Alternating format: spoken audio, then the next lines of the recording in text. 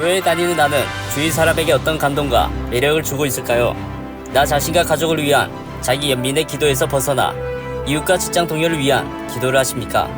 땅끝까지 복음을 전하라는 예수님의 당부에 따라서 전도할 마음을 내십니까? 그렇지 않다면 나와 우리 교회는 예수님과 세상 사람들 사이를 가로막는 벽일는지 모릅니다. 이런 회개 기도를 할 때라고 경중 올리십니다. 메신저 뉴스 첫 순서는 서울동안교회 김영주 목사님, 부산대한교회 조선일 목사님, 대전제일교회 김철미 목사님입니다. 초대교회의 길을 묻다라는 알렌 클라이드 박사의 책에 보면 첫 3세기 동안 초대교회는 10년마다 평균 40%의 급성장을 이루었다고 합니다. 어떻게 이런 부흥이 이루어지게 되고 세상이 변화되어 갔느냐 물어본다면 이렇게 대답할 것이라고 이분은 적고 있습니다. 우리의 설교나 말, 우리의 예배가 교회를 성장하게 하는 것이 아닙니다. 하나님의 능력과 변화된 삶이 사람들을 시당으로 이끄는 것입니다라고 그렇게 말했습니다. 안 믿는 사람들이 그리스도인들을 향해서 하는 말이 저들은 참 매력 있는 사람들이야. 그리고 또 하나는 저들은 우리가 갖고 있지 않는 그 어떤 신비로운 것을 갖고 있어. 그렇게 공통적으로 얘기했다는 것입니다. 이제 한국에서 교회를 모르고 예수를 모르는 사람은 없을 것입니다. 그러나 저들이 지금 교회를 떠나고 있는 많은 이유 중에 하나가 예수를 믿는 사람과 믿지 않는 사람이 똑같다는 얘기입니다. 그 똑같다는 얘기는 뭘까요? 윤리와 도덕의 문제도 있을 수 있겠지만은 더 중요한 것은 부활과 재림, 이 사이에는 심판이 있죠. 이 사실을 내가 진실로 믿지 않는다는 거예요. 그러니까 이 땅은 살다가 죽는다고 생각하는 사람들과 삶의 모습이 똑같으니까 배울 것도 새롭게 신비롭게 여기고 매력적으로 느낄 것이 아무것도 없다는 것을 얘기합니다. 엘리사벳 노벨이라는 사람의 시 A Little, 그러니까 조금이라는 그런 시가 있습니다. 설탕을 조금 가지고도 음식 맛이 달게 되네. 비누를 조금 가지고도 내 몸이 깨끗이 되네. 조금의 햇볕으로도 새싹이 자라네. 조금 남은 몽당 연필로 책 한 권을 다 쓰네. 조금 남은 양초, 하늘하늘 춤추는 불빛 아무리 작더라도 불빛은 귀하지. 우리도 때로는 우리 자신이 아무것도 할 수 없을 정도로 작은 존재에 불과하고 갖고 있는 것이 적고 보잘것없다 할지라도 조금의 햇볕으로 생명이 움트고 새싹이 자랄 수 있다면, 작은 불빛으로 어둠을 밝힐 수 있다면 우리가 가진 것은 결코 작은 것이 아닙니다. 우리는 부족하여도 작고 보잘것없어도 예수님을 사랑하고 예수님의 사랑 속에 붙잡혀서 살아갈 때 크고 놀라운 마르다 가정의 축복이 우리들의 생애의 축복과 가정의 축복이 되기를 주의 이름으로 축원합니다. 여러분 주변에서 빨리 성공한 사람 보면 부럽죠? 그러나 준비되기 전에 성공하는 것은 이 세상에서 가장 불행한 일입니다. 하나님은 그래서 시간을 끄시죠. 하나님의 때를 기다리고 그 방법대로 우리가 따라갈 때 내 안에 있는 하나님 나라가 강해지는 거예요. 그리고 하나님의 성품이 자라기 시작하는 겁니다. 내가 만든 인내와 오래 참음이 아니고 하나님이 주시는 오래 참음, 절제 인내예요. 내가 만든 오래 참음, 내가 만든 인내는요, 한꺼번에 폭발해요. 내가 얼마나 많이 참았는 줄 알아? 내가 한 달, 두 달, 1년, 2년 참았어. 더 이상 못 참겠어. 확 터져버리죠. 그럴 바에는 조금씩 터뜨리세요. 우리는 하나님께서 이 땅에 살도록 주시는 모든 날들 동안 하나님의 성품이 자라는 삶을 살아야 합니다. 지금 여러분 마음대로 욕구대로 산다면 그 청구서가 날아올 날이 있다는 거예요. 그러니 여러분의 육체의 욕망의 카드를 마음대로 긁어대지 말라는 것입니다. 어떤 사람은요, 하나님 믿는다고 하면서 예배 자리에 꼬박꼬박 나오면서 육체의 카드를 막 써요. 육체의 카드 내 마음대로 막 써도 아무렇지도 않은 것 같잖아요. 그렇다고 안심하지 마십시오. 청구서가 날아올 날이 반드시 다가옵니다. 그러므로 내 안에 임한 하나님의 나라가 발전할 수 있는 일만 하십시오. 하나님의 성품을 자라게 하는 일이 아니면 시작하지 마십시오. 혹 그런 일에 지금 가담되어 있다면 즉시 거기서 빠져나오십시오. 하나님을 믿는 우리는 호흡이 다하기까지 계속해서 자라야만 합니다. 하나님 그런 분이시니까요. 하나님의 성품이 내 안에서 계속 자라기를 갈망하십시오. 하나님의 나라가 내 안에서 계속 커지기를 갈망하십시오. 성령님의 명령에 아니요 하지 마시고 예 하십시오. 그리고 성령님이 기뻐하시면 나도 기쁩니다 라고 고백하십시오. 그러면 자고 일어나 보면 우리 안에 하나님의 성품이 자라있을 겁니다. 저와 여러분 안에 있는 하나님의 나라, 하나님의 성품이 계속해서 멈추지 않고 자라게 되기를 주님의 이름으로 축복합니다. 여러분들 가운데서 알퐁스 도데의 그 마지막 수업이라는 중학교 때 교과서죠. 그 기억나십니까? 알사스 로렌 지방이 이제 점령이 됐어요. 프랑스가 이제 물러나야 되는 거죠. 근데 당시에 프러시아 군이 이제 더 이상 프랑스어 수업하지 마라 이렇게 했죠. 이제 마지막 수업에 이 친구가 지각을 했어요. 근데 딴 때 같으면 혼이 났을 텐데 마을 어른들하고 선생님이 그를 반기면서 너 없이 수업할 뻔했다 그러시면서 프랑스어 마지막 수업을 하죠. 그리고 선생님이 칠판에 프랑스 만세 적으시고 근데 이제 그런 장면 속에서 뭘 의식을 하십니까? 근본적으로 나라를 뺏기는 것은 영토뿐만이 아니라 언어를 뺏기는 거다. 우리나라에서도 1911년도에 더 이상 조선어를 교과서에 쓰지 못하도록 했어요. 조선어 과목에만 조선어를 쓰도록 했습니다. 그러다가 38년도에서는 조선어 과목을 폐지해버렸고 전부 다를 일본어로만 가르치도록 이렇게 했죠.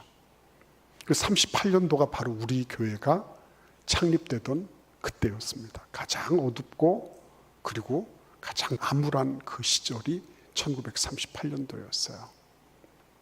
그러니까 공부를 좀 하려고 하고 출세를 하려고 하면 일본어를 배워야 된다. 언어는 사람이 내뱉지만 그 언어가 그 사람의 운명을 결정하는 거다. 누누이 성경이 말씀하고 있는 거고 성경에서 우리가 배우고 있는 거죠. 어떤 청년이 워홀로 싱가포르 갔어요. 형이 오라 그래서 가서 열심히 일하고 이렇게 했어요. 그러다가 옆에 있는 식당 주인에게 이렇게 눈에 들었던 모양. 와서 너 고기 써는 것부터 봐라 이렇게 해서 그 집에 가서 배우고 이렇게 했어요. 근데 어느 날 그 식당 주인이 식당을 내놨죠. 그 식당은 잘 되는 식당인데 거기 나오는 걸 가지고 투자를 잘못했는지 뭐 아무튼 망하게 된 거예요. 그래서 식당을 내는 겁니다. 이 청년이 그 사장하고 독대를 한 겁니다. 별로 돈도 가진 게 없어요. 사장님, 이거 저한테 주시죠. 사장이 알잖아요. 이 알바생이 무슨 돈이 있어요. 근데 이렇게 딱 서류를 해서 가지고 나온 거예요. 제가 사장님이 저한테 이렇게 딱 맡겨주시면 이런 과정을 거쳐서 이렇게 상환하겠습니다. 사장이 딱 보고서요. 자기 가게를 맡긴 거 아니에요. 지금 1년에 매출이 170억인가 얼마인데요. 맨 먼저 중요한 게 뭐예요? 그가 가지고 있는 그 자세와 태도로부터 나온 언어였죠. 사장님 이거 저한테 주시죠. 예. 항상 보면 무슨 일이 있기 전에 뭐가 먼저 있어요? 성경에서 태초에 말씀이 계셨다 그랬죠. 아직까지 아무것도 생겨나지 않았어요. 회복될 때 보면 회복의 언어가 먼저 오고요. 안 될 때 보면 안 되는 언어가 먼저 와요. 오늘도 이 본문 말씀 속에서는 예루살렘이 다 멸망하게 생긴 겁니다. 그런데 이런 상황 속에서 하나님이 뭘 말씀하시고 있어요? 내가 그 사로잡힌 자들을 돌아오게 할 때 그들이 유다 땅과 그 성읍들에서 다시 이 말을 쓰리니 곧 의로운 처소여 거룩한 산이여 여호와께서 내게 복 주시기를 원하노라 할 것이다. 다 무너지고 다 회파되고 다 불타버리고 아무것도 안 남았는데, 근데 지금 하나님은 뭘 먼저 말씀하시는 거예요? 그렇죠. 선제적으로 말씀하시고 있는 거죠. 선제적으로 그 사람이 회복됩니다. 경제적으로, 물질적으로, 육신적으로 회복이 될 것입니다. 여러 가지 관계에도 회복이 될 것입니다. 항상 하나님은 뭘 먼저 말씀하세요? 현상적인 언어를 반영하는 언어, 그거는 아니에요. 현상은 현상대로 있어요. 불타거나 내려앉거나 다 무너졌거나 하는 그거를 거짓으로 위장하고 긍정심리 운운하면서 그거를 변장시키고 마사지해서 그거를 마치 없는 것처럼 하려고 이렇게 하는 게 아니에요. 그거는 그대로 있어요. 그럼에도 불구하고 그거를 극복하고 초월하는 언어. 지금 딱 보면 아닌데 다 불탔는데 없는데 비었는데 무너졌는데 이런 소리를 하는 사람은 회복되기는 힘들죠. 그러나 그런 모습을 보면서도 여호와께서 내게 복 주시기를 원한다. 그렇죠? 여기에서 성패가 갈라지는 거예요. 여러분의 언어는 어떻습니까? 세상에 재앙이 닥치면 비가 나고 성공이 오면 축복이고 감사 기도를 한다면 하나님과의 관계가 기업 경영, 노사 관계와 다를 바 없이 세속적이 됩니다. 그럴 수는 없습니다. 신앙이란 어떤 재앙이 닥쳤을 때도 그 재앙에 꺾이지 않고 주님의 약속을 믿고 굳건해지는 것입니다.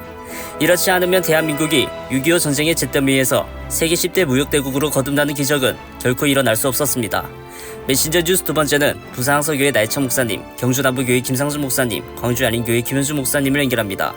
나중 온 이 사람들은 1시간밖에 일하지 아니하였거늘 그들을 종일 수고하며 더위를 견딘 우리와 같게 하였나이다.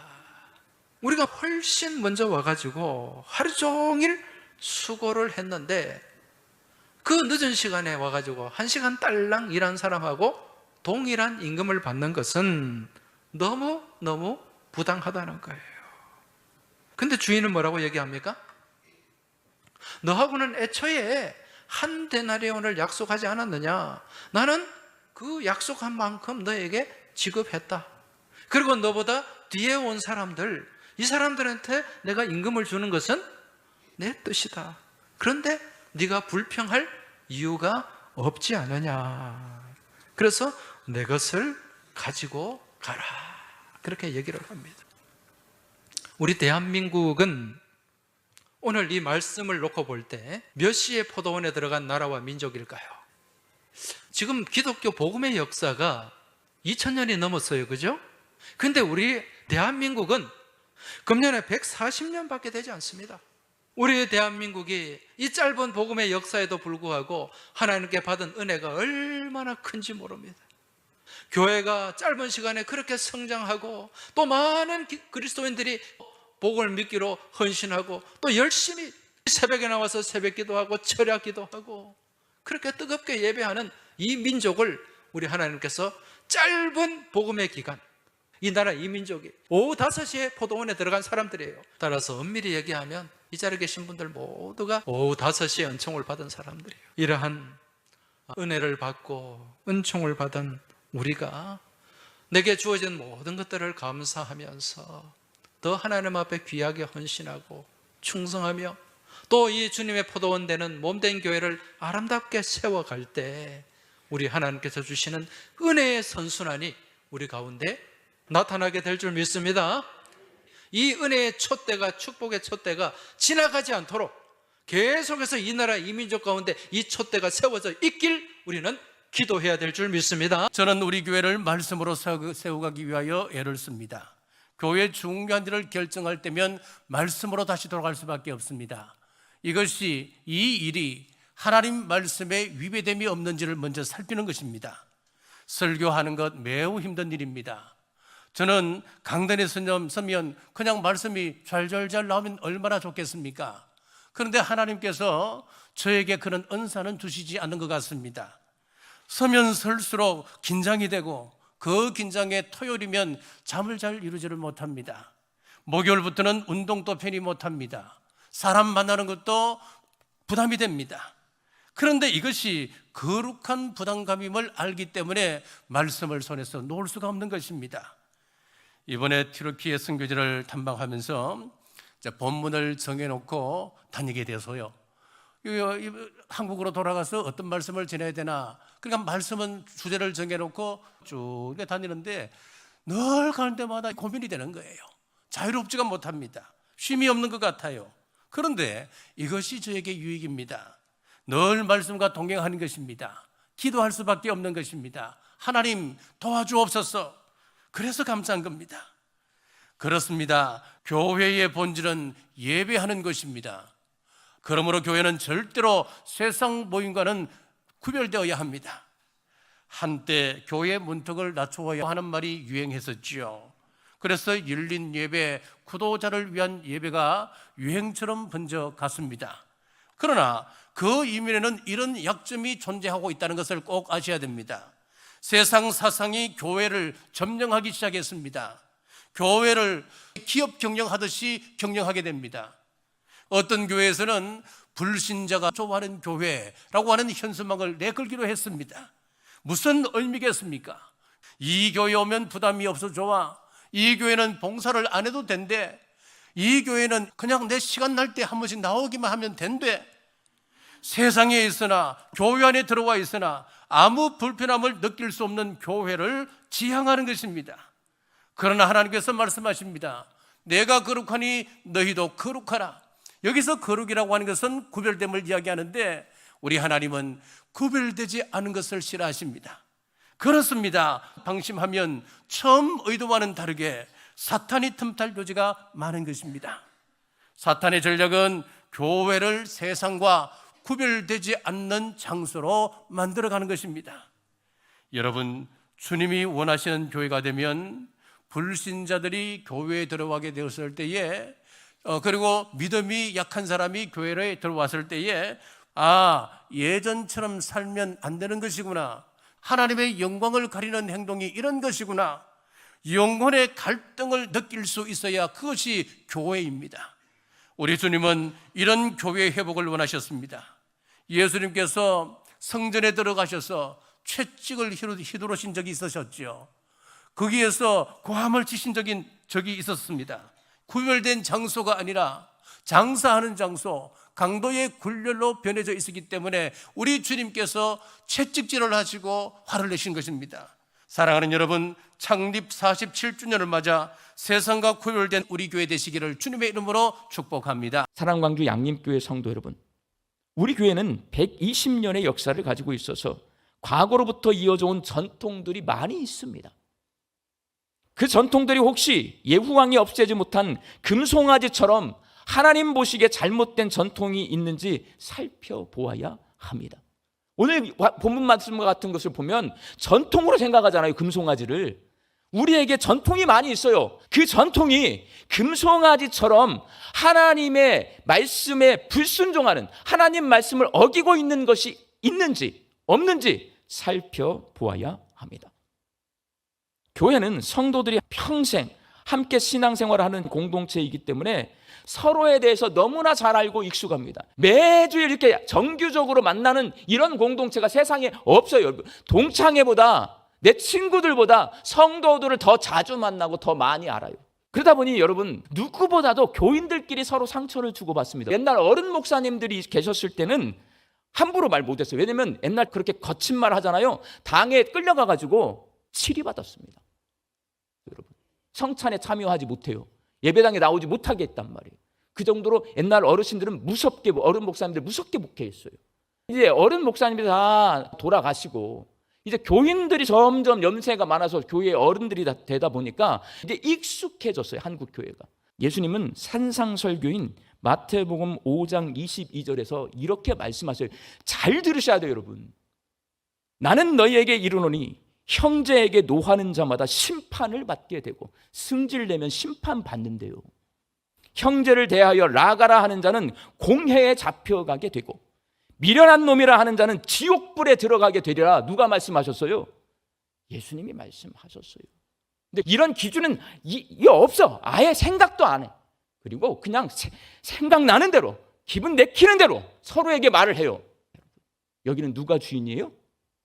예수님이 주인이에요. 내가 주인인 곳이 아니란 말이에요.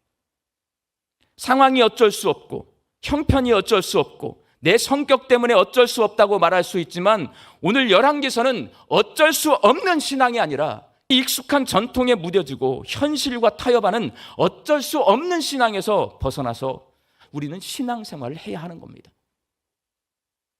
상황이 어렵고 형편이 곤란하지만 내가 하나님의 백성이니 그렇게 살 수는 없다. 나는 주인이신 하나님의 명령에 순종하는 신앙인으로 살겠다는 각오와 다짐이 우리에게 있어야 합니다. 그게 신앙생활 하는 거예요. 미국, 영국, 프랑스 같은 서구 선진국들이 놀라움을 넘어서 기이하게 생각할 정도인 한국인의 과잉 교육열, 기독교 가정도 다르지 않습니다. 이는 결코 예수님의 사랑에서 비롯된 것이 아니고 자녀의 성적과 출세를 나와 가문의 명예로 여기는 유교적 사고방식입니다. 비정상적인 교육열은 자녀와 가정의 신앙생활에 걸림돌입니다. 메신저 뉴스 마무리는 울산호계교회 김병무 목사님, 고양 삼성교회 김영성 목사님, 남양주편의동안교회 나의 목사님으로 이어집니다. 전통적으로 우리나라는 불교와 유교, 무속의 기초 위에다가 이 기독교가 들어왔죠. 그죠? 우리의 그런 색깔들이 잘 지워지지 않는 부분들이 있습니다. 또 그것을 두려워하는 부분도 있고요. 제가 오랫동안 지난 교회는 굉장히 우상을 섬기는 가정들이 많았어요. 가면은 집에 신주단지가 다 있고 부적들이 웬만하면 다 있고 이제 새가족 등록 신방을 하게 되잖아요. 그죠? 그러면은 등록 신방 하자마자 떼라 소리는 제가 못하고 그걸 설명을 쭉 해주고 이제 부적을 떼고 신주단지를 다 깨뜨려 버리라고 그러면은 무서워서 못 떼요. 그래서 저한테 좀 맡겨달라고. 부적이 잘 안 떨어지더라고요. 해보니까 뭐 안 떨어지면 뭐 안 떨어져요. 쉽게 떨어지는데 그 마음의 문제예요. 그래서 예수 믿은 사람들은 정말 이 과거의 모든 죄악들을 끊어내야 돼요. 부모가 바람을 잘 피우는 분은 자식도 그럴 가능성이 많다고 합니다. 또한 알코올 중독을 가진 부모들은 그 죄악들을 단호하게 끌어내야 돼요. 그래서 예수님을 믿은 사람들은 집안의 내력을 감추거나 피하지 말고 예수의 피로 완전히 끊어버리시길 축복드립니다.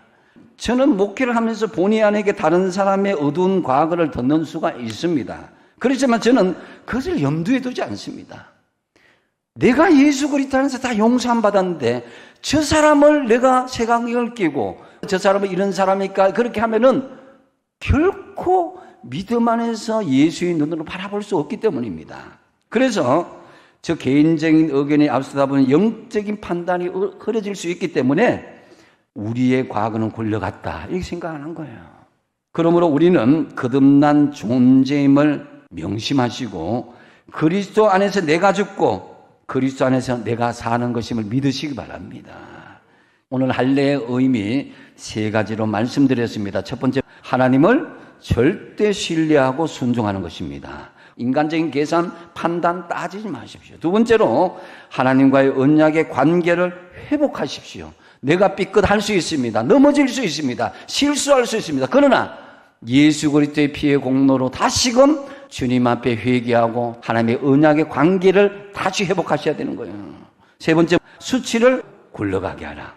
과거의 모든 수치는 다 굴려보내시고 할례받고 세례받은 하나님의 자녀로 당당하게 살아가시고 승리하시는 저와 여러분 되시기 바랍니다. 자녀를 훌륭하게 키우는 비법 중에 하나는요, 우리 부모가 자녀들에게 닮고 싶은 모델이 되어주는 거예요. 우리 자녀들에게 물어보면 우리의 자녀들의 답이 어떨 것 같습니까? 한국의 남성들의 90%가 자신의 아버지에 대해서 다 부정적입니다. 자신의 아버지에 대해서 닮고 싶은 게 없어요. 우리 한국의 여성들은 자신의 어머니에 대해서 어떤 감정을 가지고 있는지도 2번이나 조사가 됐는데, 어머니를 사랑하지만 그러나 어머니처럼 살고 싶지는 않다. 못 먹고 못 입고 못 살아도 나는 우리 어머니의, 우리 아버지의 정신세계를 본받고 싶다. 그렇게 살 거야. 성공한 부모님입니다. 자녀는 독립적인 존재입니다. 자기답게 살아가도록 부모가 힘이 되어주고 격려해주고 그리고 울타리가 되어주는 것일 뿐입니다. 세상에서 제일 어려운 일 2가지가 있는데요. 남의 돈을 내 주머니에 넣는 일, 자신의 생각을 남의 머리에 집어넣는 일. 자녀도 그렇잖아요. 우리 자녀가 부모 손에 길러지지만은 뜻대로 안 됩니다. 하나님 손에 맡기셔야 됩니다. 잠언서 1장 7절에서 9절의 말씀을 읽어드리겠습니다. 내 아들아, 내 아비의 훈계를 들으라. 그리고 내 어미의 법을 떠나지 말라.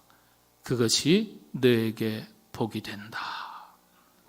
원래 이 말씀은요, 다윗이 자신의 아들 솔로몬에게 유언으로 준 말입니다.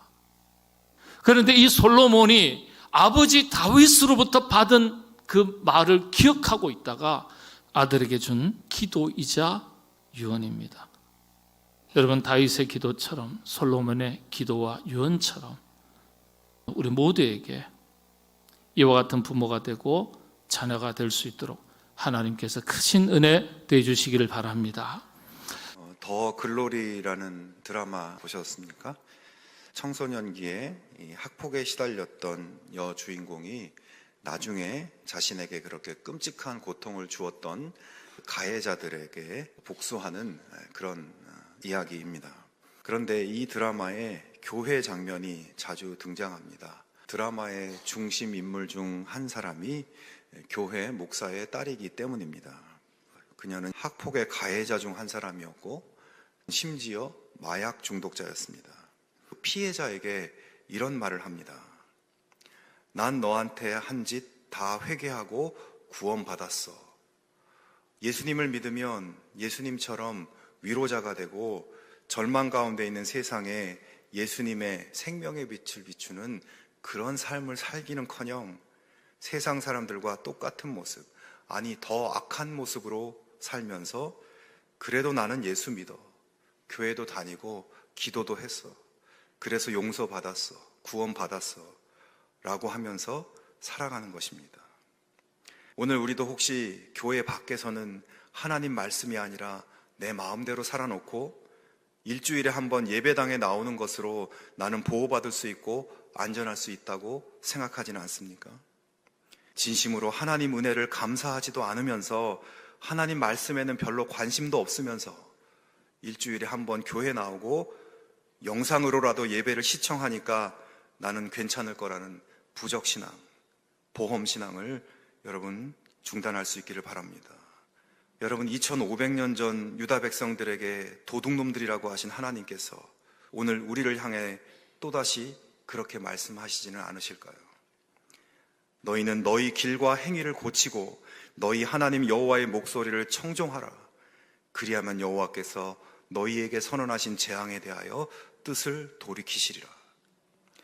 관념적인 신앙, 습관적인 신앙, 미신적인 신앙을 버리고 우리의 길과 행위를 하나님 말씀을 따라 바르게 해나갈 수 있기를 주님의 이름으로 축원합니다. 아홉 목사님들의 말씀 전체를 들으실 수 있도록 전부 링크해 두었습니다. 아직 메신저 뉴스 구독을 누르지 않은 시청자님이 계시면 지금 구독과 좋아요, 알림 설정 같이 부탁드립니다. 다음 주까지 안녕히 계십시오. 메신저 뉴스 김성욱입니다.